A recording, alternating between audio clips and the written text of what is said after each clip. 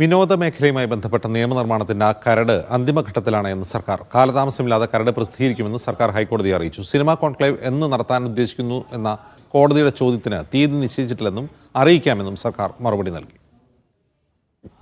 മുസ്തഫ വീണ്ടും ചേരുന്നു. മുസ്തഫ, ഏത് കേസിലാണ് ഈ അറിയിപ്പുണ്ടായത്?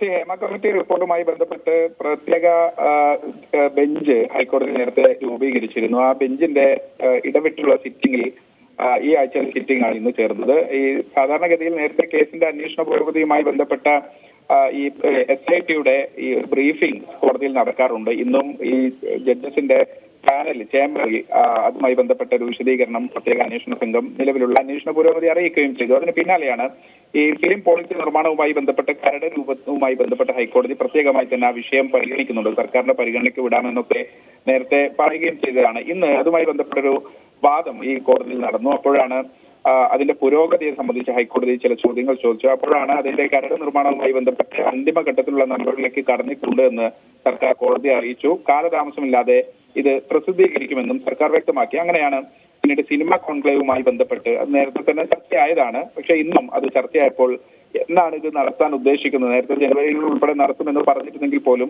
എന്ന് നടത്തുമെന്ന് ഹൈക്കോടതി ചോദിച്ചപ്പോൾ പ്രത്യേകമായി തീയതി നിശ്ചയിച്ചിട്ടില്ല. പകരം വൈകാതെ തന്നെ അതുമായി ബന്ധപ്പെട്ട അടുത്ത സിറ്റിംഗിലൊക്കെ ഈ വിഷയവുമായി ബന്ധപ്പെട്ട തീയതി നിശ്ചയിച്ച് അത് തീരുമാനമായി കോടതിയെ അറിയിക്കാമെന്നും പറഞ്ഞു. ഒപ്പം തന്നെ ചില പ്രധാനപ്പെട്ട ആരോപണങ്ങൾ ഈ മേക്കപ്പ് ആർട്ടിസ്റ്റുകളുടെ സംഘടന അതിന്റെ അഭിഭാഷക ഇന്ന് കോടതിയിൽ ഹാജരായിരുന്നു.